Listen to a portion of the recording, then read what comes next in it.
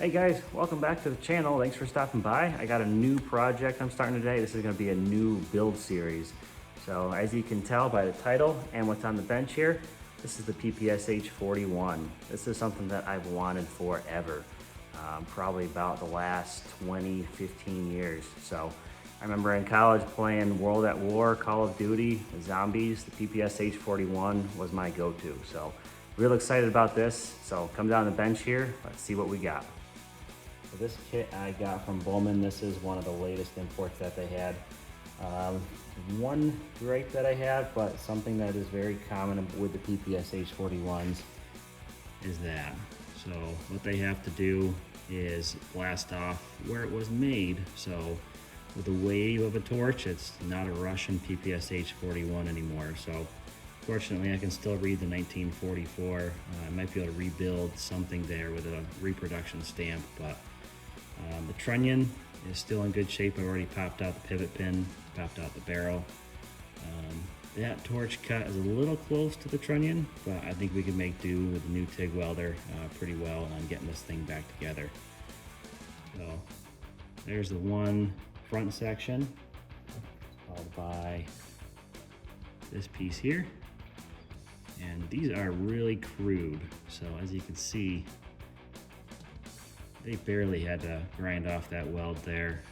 Pretty sloppy 1944 welds. They were just pumping these things out as fast as they could. So well, there's that section there. There's one torch cut through the barrel and barrel shroud. So what I'm going to end up doing is getting a piece of pipe and trying to shape it to this, because it is a little flat on the sides. So try and shape it to that, extend out 5.5 inches, I think I measured, for a full 16-inch barrel, just to the tip of the shroud where it should be here. So that's the plan for the shroud, at least. Let's see how that goes. I'm sure I'll be recording that along the way. So moving on, we got the barrel I got from Bowman. I'm not too thrilled about this, mainly because of what I learned with the M4957 and feeding issues. So this has the same dimension as the original 7.62 by 25 Tokarev barrel. And what I can tell is that this is probably going to have issues feeding 9mm. So what I've decided to do is make a brand new barrel from scratch on the lathe. So what I'll do is I'll have a 11-inch barrel, which I think is 1 inch shorter than this one here. And then I'll weld on a tube extension essentially onto that barrel to make a full 16-inch permanent length barrel there. The reason behind that is if I go full 16-inch barrel, there's going to be a lot more pressure behind the round than there should be, causing premature failure of the fire control group, the bolt. The bolt's going to be slamming back harder than it should be. So we're going to do a short barrel with a tube extension on the end of it. I don't know what I'm going to do with this, so if anyone wants this, maybe I'll sell it to you. Moving on to the receiver sections here. Next section back, we have this, real nice. This kit is really nice because it only has 3 torch cuts in it. So one on the front there, the next one between the trunnion and the ejection port. So that's the one that is kind of close to the front trunnion, but I think I can manage. And then this last weld, or this last torch cut, is right between the rear sight and the takedown. So that's going to be tough. My plan here is to pop the rivets out of that rear sight, get that rear sight out of the way entirely so I don't melt it. And same with this, I'll strip this down to the receiver and then weld those back together once we get the proper jig made. So I'll have to make a jig for this. I think I'll be using some aluminum. This is a 3/4 diameter, 3/4 diameter right here. So I have to make something with a 3/4 diameter round stock and then put a flat shim in the middle here to expand it out. Shouldn't be that bad, but we'll see how it goes. Of course, everything should be on the build video. So Haven't really done much research into this yet. How it's going to be, I've been researching a little bit on the fire control groups. I really want to do hammer on it, but I really cannot figure out how to get hammer fired going in this thing. I wanted to use a PPSh or PPS43. I got PPSh on the mind here. I want to use a PPS43 fire control group, but the hammer needs to be about a ½ inch longer while maintaining the same length of that fire control group. So I'm not sure that's going to work. Moving on to the bolt here. Obviously still the fixed firing pin, full auto. See what we do here. The striker fire conversion is real simple. You just slice the back 1 inch of this off, drill for a striker rod, change to a spring-loaded firing pin, and then use the back inch of that bolt as the striker. So if all else fails, we'll end up doing that on this. That'll be a real nice, easy build. There's that. Factory recoil spring. If I do striker build, I should be able to reuse this. Have a larger diameter spring go over this for the striker. Should be pretty simple.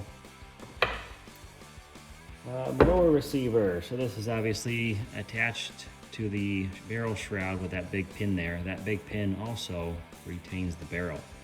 So when you get your kit, wondering how the heck does this barrel come out, it's just that big pin. So just pound the pin out, and then the barrel should just fall right out the back of the trunnion essentially. So there's the inside of this. And what keeps the bolt in line is not the upper receiver, but the lower.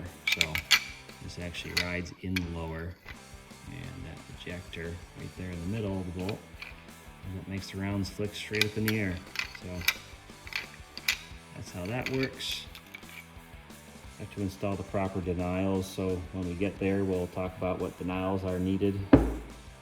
But so far from what I've learned, you need to put a denial in the upper, so you can't put a full auto upper on this lower. So we need to notch the side of this out, weld in a blocking bar, which will also function as a bolt blocking bar. We also need to put a fire control group blocking bar in place as well, so we'll end up welding a blocking bar in the bottom of this, and then cutting our fire control group once we convert to semi, so it will only fit the semi fire control groups. So there's a lower, serial number in the back with some Russian hieroglyphs there. And this is a numbers matching kit for the most part. The bolt is force matched, so you can see right there that they struck out the bolt on rebuild, so that's the one downside. But the stock does have matching numbers on it, so for what that's worth, it's real nice. And fire control group, these are very similar to the M4957s, where just pull it down. If it's on semi, pulls down the serre. Once the bolt goes home in the open bolt design, it will push this up, push the hammer back up, bolt comes back, re-trips this, and then there you go, reset. In full auto, it's just that, and pulls the hammer down out of the way until the gun runs empty. So obviously we have to disable all of this. We'll weld that selector in place. And besides that, I don't think we need to do any more modifications to the fire control group. Yeah, there's a big pin that retains the barrel and the trunnion to the lower through that big hole there. Last up, the stock. I'm real happy about this stock. It looks really nice. Got some nice cartouches there. There's the matching number. No real dings or anything here. It's a nice hardwood stock. Blue butt plate. So there's that.